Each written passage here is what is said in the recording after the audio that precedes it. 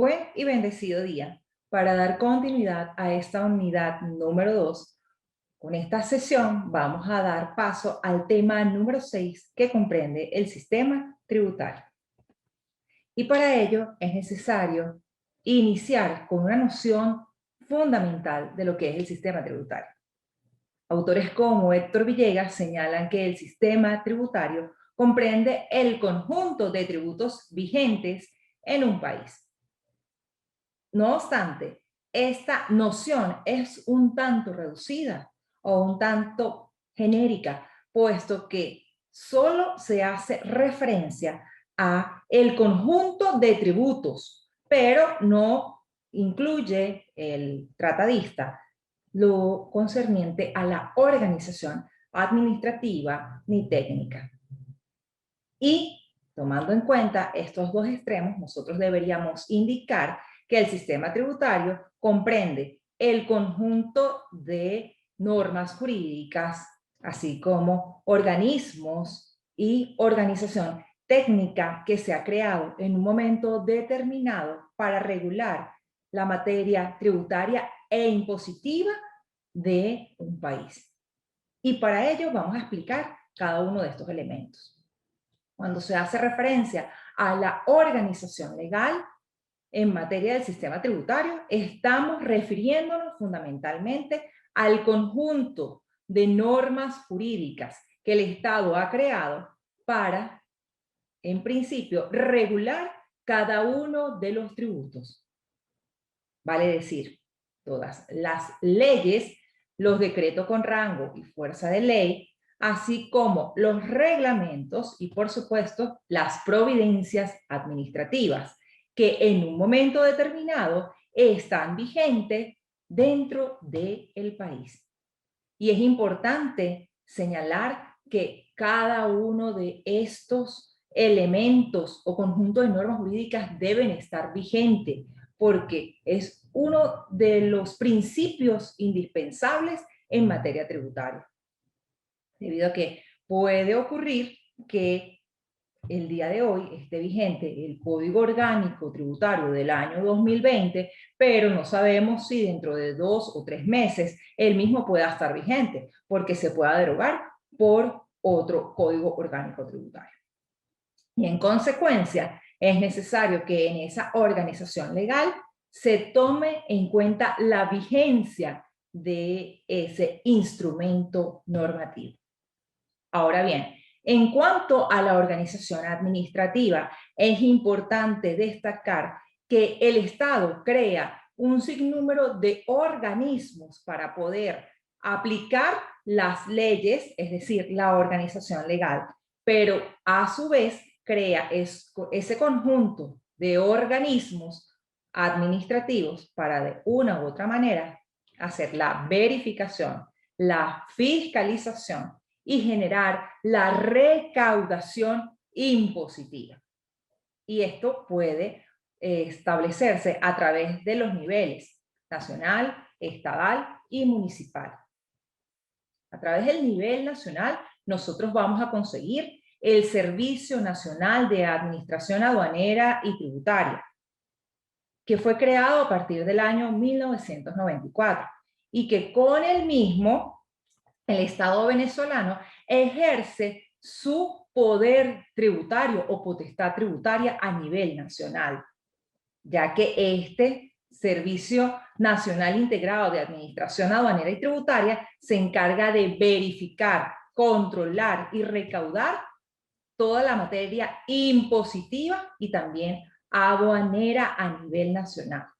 Pero como les dije, adicionalmente, en esta organización administrativa también existen organismos que permiten que el Estado y las municipalidades puedan, en todo caso, obtener y recaudar impuestos.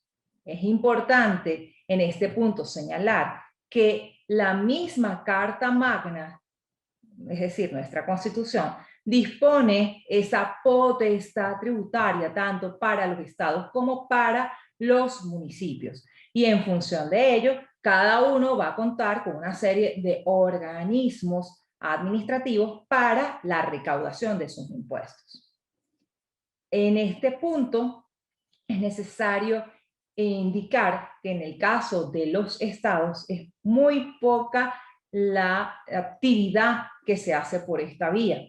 Recordemos que hace unos años atrás los estados tenían la recaudación a través de una serie de tasas que venían provenientes de el timbre fiscal y el papel sellado, pero con la entrada en vigencia de lo que nosotros conocemos como la Ley de Simplificación de Trámites Administrativos, ya la mayoría de diligencias que se realizan en los tribunales no requieren previamente el papel sellado de cada uno de los estados para poder hacer efectivamente esas diligencias.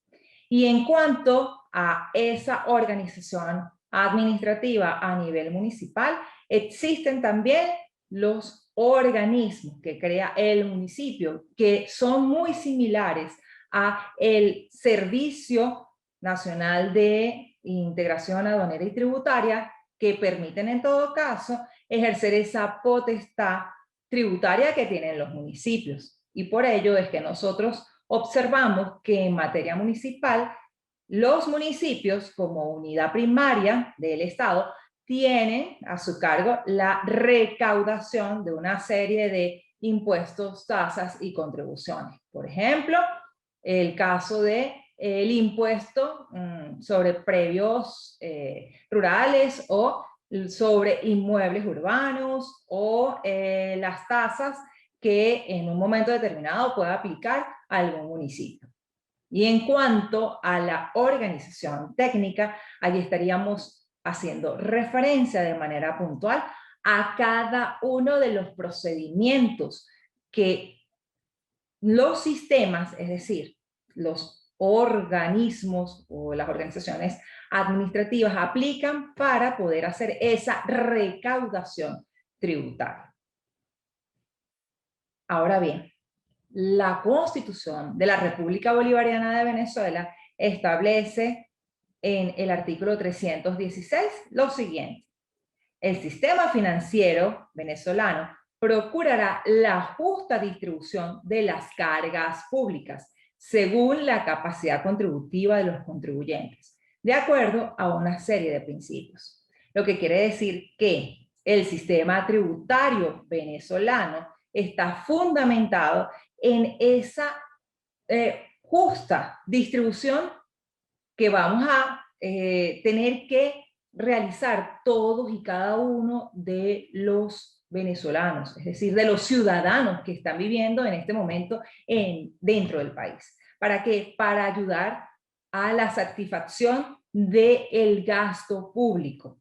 Y esto va a depender básicamente de nuestra capacidad económica, es decir, de nuestra capacidad contributiva.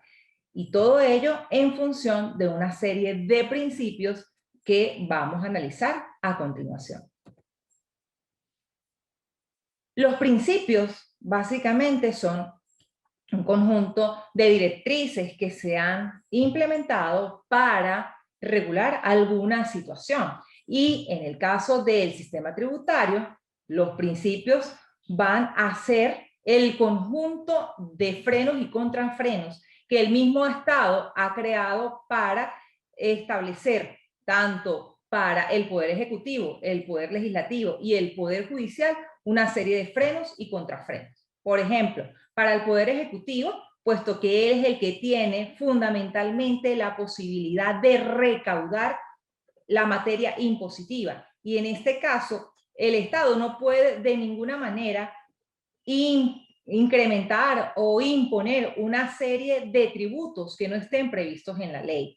Y en función de eso, el límite lo está estableciendo los principios tributarios. En el Poder Legislativo, puesto que no se van a poder establecer o no se van a poder crear, modificar o extinguir tributos que no estén previstos en la ley. Y en función de eso, el Poder Legislativo tiene que respetar y considerar cada uno de estos principios de carácter tributarios. Y el Poder judicial porque al momento de dirimir las controversias entre la administración y los administrados va a tener que tomar en consideración cada uno de estos principios. ¿Cuáles son estos principios? Estos principios básicamente están referidos a nivel constitucional y estos son el principio de la legalidad, el principio de la generalidad, el principio de la capacidad contributiva, el principio de la no confiscatoriedad, el principio de la igualdad, el principio de la irretroactividad de la ley, el principio de la eficacia tributaria y el principio pecuniario. Seguidamente vamos a explicar cada uno de ellos. Como primer principio tenemos el principio de la legalidad y la reserva legal. Este principio está dispuesto en nuestra Carta Magna en el artículo 317 y establece que no se podrán cobrar impuestos, tasas ni contribuciones que no estén previstos en la ley. El mismo ha sido desarrollado a partir del artículo 3 del Código Orgánico Tributario, vigente a partir del año 2020. Y en este artículo 3 se establece la premisa de que no se pueden cobrar impuestos, tasas ni contribuciones que no estén previstos en la ley. Pero adicionalmente, el legislador ha desarrollado un poco más este principio, señalando lo siguiente. Primero, no se puede crear, ni modificar, ni suprimir tributos. Es decir, es necesario que todos y cada uno de los tributos estén previstos en las leyes. Ni tampoco se puede definir un hecho imponible, es decir, el presupuesto de hecho previsto en la norma, que si ocurre, la persona debe cancelar o debe pagar el tributo.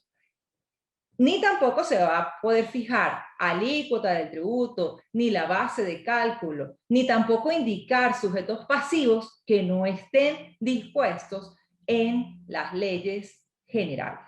Básicamente, entonces, tanto los elementos objetivos como los elementos subjetivos del tributo y así como las generalidades del tributo deben estar dispuestos en leyes que estén vigentes dentro del territorio. De la misma manera, el mismo Código Orgánico Tributario, dentro del artículo 3, dispone: no se pueden otorgar exenciones y rebajas de impuestos que no estén previstos en la ley. Las exenciones básicamente son las dispensas total o parcial que están establecidas en la ley. Ni tampoco, fíjense lo que señala el mismo artículo número 3, se puede autorizar al presidente de la República para conceder exoneraciones y otros beneficios e incentivos que no estén dispuestos en la ley. Las exoneraciones básicamente son la dispensa total o parcial de un tributo que es acordado por el Poder Ejecutivo. Y en función de esto, es necesario concretar que el principio de la reserva legal dispone que toda la materia impositiva o tributaria debe estar dispuesta en leyes vigentes. Y por tanto, no se puede ni crear, ni modificar, ni extinguir ningún tipo tributario, ni tampoco crear algún beneficio, incentivo, exoneración o exención que no esté dispuesto en la ley.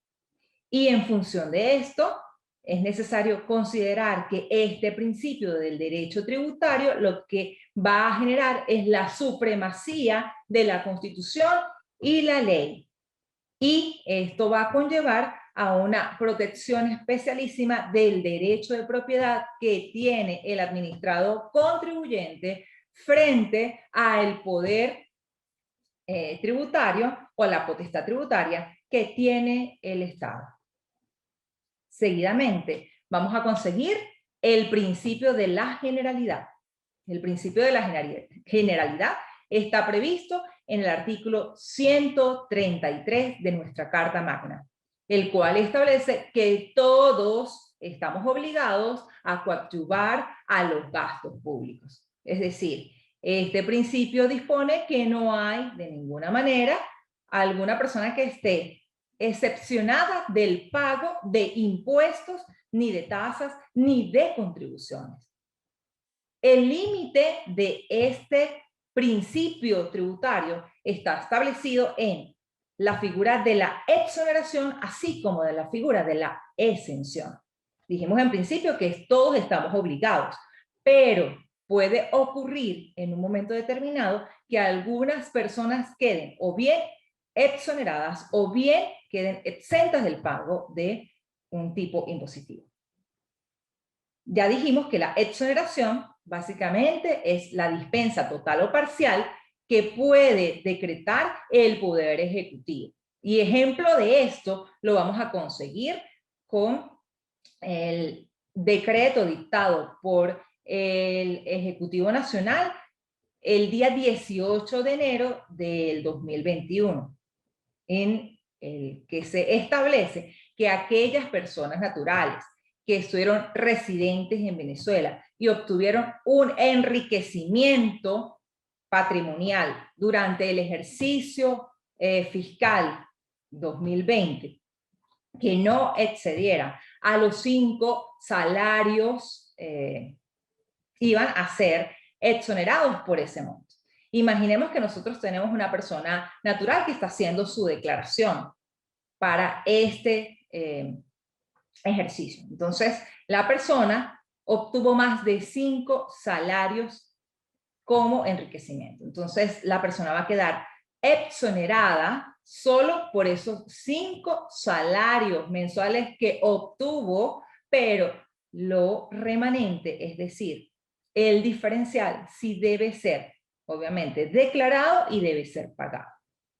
En tanto que la exención es la dispensa total o parcial que ha sido dispuesta en una determinada ley.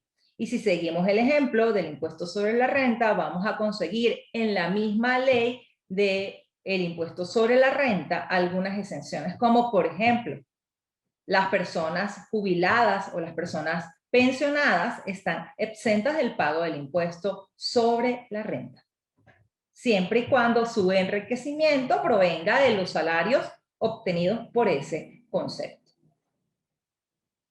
El tercer principio está referido a la capacidad contributiva. La capacidad contributiva se fundamenta inexorablemente en la capacidad económica del ciudadano. Es decir, a mayor capacidad económica, el ciudadano tiene el deber de contribuir con los gastos de la administración. Es decir, la capacidad económica va a ser equivalente a la capacidad contributiva. Y así lo establece el artículo 316 de nuestra Carta Magna, bajo la siguiente premisa. El sistema tributario procurará la justa distribución de las cargas públicas según la capacidad contributiva del contribuyente. ¿A razón de qué? Según la capacidad económica, va a ser la capacidad contributiva que esta persona va a entregar para que el Estado pueda cubrir el gasto público. Como cuarto principio tributario tenemos el principio de la no confiscatoriedad.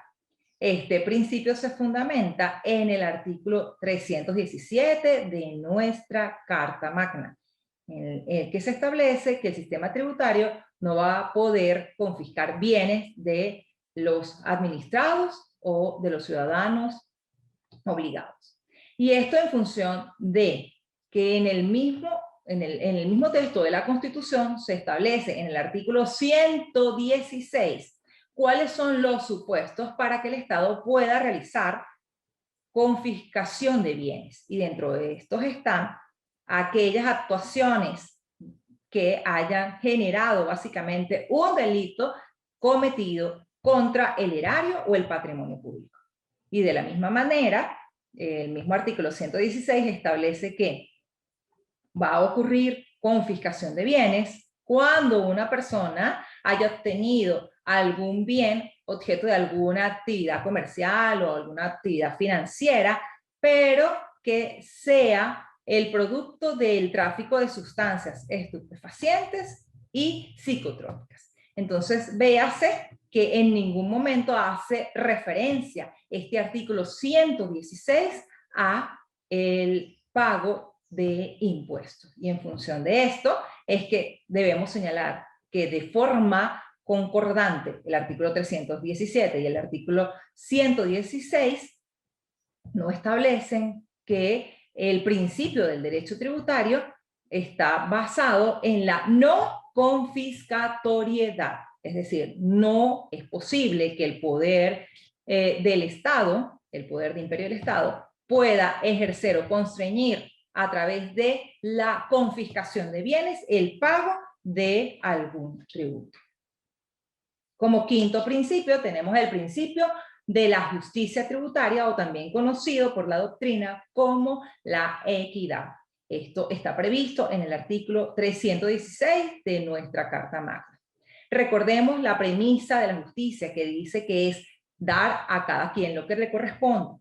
No obstante, si traspolamos ese concepto a los principios del sistema tributario, debemos señalar que en este caso sería que cada quien, según su capacidad contributiva, vaya a entregar al Estado lo que pueda por concepto de cubrir y de coadyuvar a los gastos del Estado, los gastos públicos que tiene el Estado.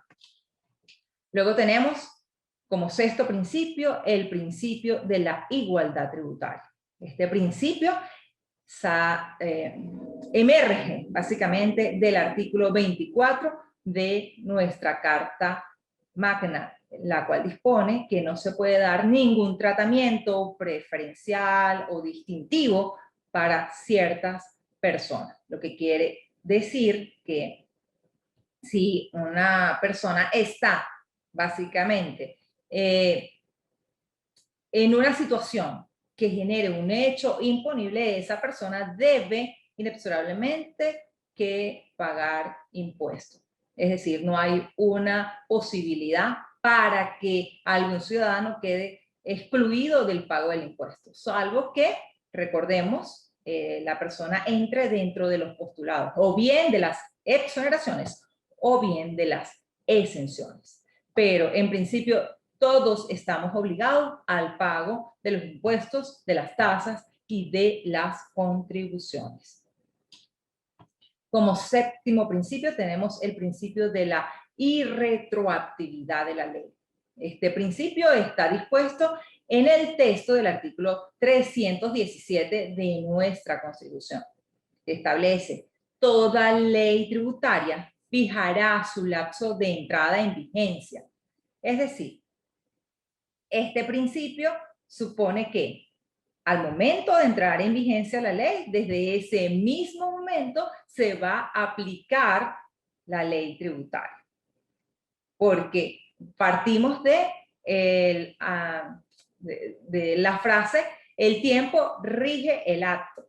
Sin embargo, el artículo 8 del Código Orgánico Tributario dispone lo siguiente: las normas de procedimientos tributarios se aplicarán desde la entrada en vigencia. Pero imaginemos que en este momento la norma no tiene la fecha de vigencia. Tanto la Constitución de la República, así como el Código Orgánico Tributario, disponen lo siguiente: que en caso de que la norma tributaria no tenga la fecha de entrada en vigencia, se va a contar desde el momento de la promulgación de la misma 60 días continuos para que se tome en cuenta la fecha de entrada en vigencia de esta. Tomando en consideración esta premisa, seguimos. Las normas de procedimientos tributarios se aplicarán desde la entrada en vigencia, aún en procesos iniciados bajo el imperio de leyes anteriores. Lo que quiere decir que no va a haber, en principio, la retroactividad de la ley. Pero, ojo, ninguna norma en materia tributaria tendrá efectos retroactivos, excepto cuando suprima o establezca sanciones que favorezcan a el administrado infractor. Lo que quiere decir que en caso de que exista una norma que imponga menores sanciones o que establezca alguna supresión de alguna sanción que favorezca al administrado que ha cometido una infracción, se va a aplicar esa norma anterior, aún en procesos que hayan iniciado con otras leyes y que van a ser en todo caso verificados en el imperio de una ley nueva. Ahora tenemos el principio de la eficacia tributaria. Este principio de la eficacia tributaria está dispuesto en el Código Orgánico Tributario también en el texto de nuestra Constitución, en el artículo 316, que establece que el sistema tributario se sustentará en un sistema eficiente para la obtención del recurso. Lo que quiere decir que el sistema tributario, en todo caso, debe crear las condiciones necesarias para que todos y cada uno de nosotros, de manera pacífica y de manera armónica, podamos cumplir con nuestra obligación de coadyuvar con el pago de los impuestos. Es decir, no puede crear el sistema tributario ninguna actuaciones que pongan en riesgo que las personas de alguna manera traten de evitar el pago del impuesto. Y adicionalmente, este principio de la eficacia tributaria está basado en que la administración tributaria tiene que hacer lo propio para evitar tanto la elusión como la evasión de los impuestos. Y en función de ello, tiene que generar el mayor número de organización técnica para lograr ese cometido. Luego tenemos el principio referido a el dinero de la obligación tributaria, es decir, que en todo caso, en Venezuela, el sistema tributario dispone que no se podrán cancelar o no podrán cumplirse obligaciones tributarias pagaderas en servicios personales. Y esto es una extensión del artículo 46 de nuestra Constitución, que establece el principio de que toda persona tiene derecho a que se le respete su integridad física, psíquica y moral. Y si en Venezuela se estableciera el pago en trabajo o en servicio personal, pues obviamente esto iría en contravención de lo dispuesto en el artículo 46 de nuestra Carta Magna. Y de la misma manera, el artículo 41 del Código Orgánico Tributario vigente establece lo siguiente: el pago debe efectuarse en la forma que indique la ley o en defecto la reglamentación respectiva. Y un ejemplo de esto básicamente está dentro del mismo Código Orgánico Tributario. Fíjense que ahí nos dice que el pago debe hacerse en la forma en que indique la ley. Y la ley, en principio, si tomamos en cuenta la Constitución, dice que no puede ser pagadera una obligación tributaria en un servicio personal. Pero el mismo Código Orgánico Tributario establece que debe ser pagado fundamentalmente en cantidades de dinero. Y a razón de esto les presento el siguiente ejemplo.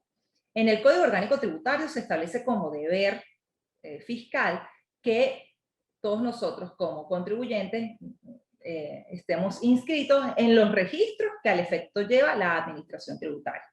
¿Qué ocurre si nosotros no hacemos esto? Pues incurrimos en lo que se llama un ilícito de carácter formal. Y ese ilícito de carácter formal está castigado o bien con el cierre del establecimiento, del local, de la sucursal. Si nosotros tuviésemos un local, una sucursal o un establecimiento comercial. Pero si no lo tenemos, fíjense con qué nos castiga el redactor del Código Orgánico Tributario. Nos castiga con una multa del equivalente a 150 veces del tipo de cambio oficial de la moneda de mayor valor publicado por el BCE.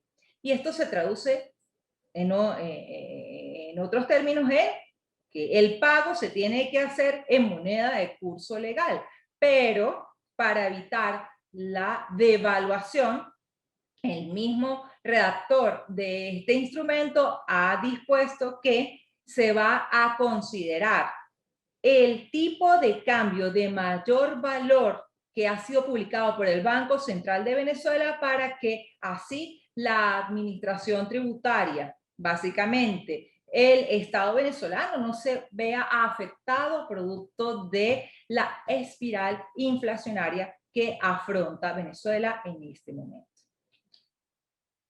Así las cosas, fíjense que en este tema nosotros hemos hecho algunas consideraciones previas de lo que son el sistema tributario venezolano, lo hemos definido y fundamentalmente hemos considerado los principios que de manera constitucional deben ser cumplidos para que este sistema tributario nacional sea eficaz, eficiente, justo, equitativo, proporcional y adicionalmente que permita que se pueda cancelar el mismo a través de dinero, que no sea basado en una confiscación de bienes y que fundamentalmente esté orientado a el principio de la reserva legal. Así las cosas, con este punto nosotros hemos dado cabal cumplimiento a el desarrollo del tema número 6 de esta unidad temática. Muchísimas gracias.